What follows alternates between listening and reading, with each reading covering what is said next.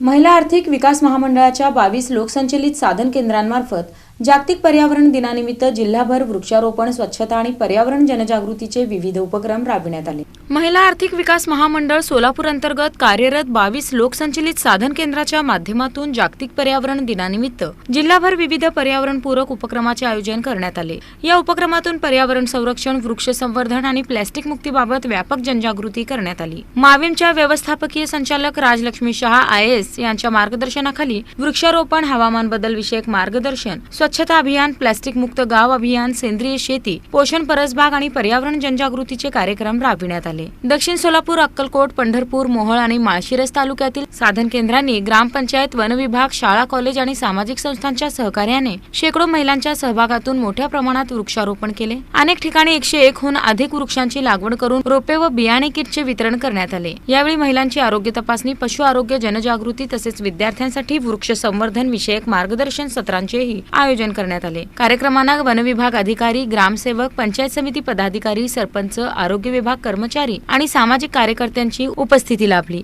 या उपक्रमात जिल्हा समन्वय अधिकारी मनसूर पटेल, सहाय्यक जिल्हा समन्वय अधिकारी दीपक टेकाळे, तालुका अभियान कक्ष, साधन केंद्राचे पदाधिकारी, सहयोगिनी, उपजीविका सल्लागार, ग्रामसंघ पदाधिकारी आणि बचत गटातील महिलांनी मोठ्या संख्येने सहभाग नोंदवला।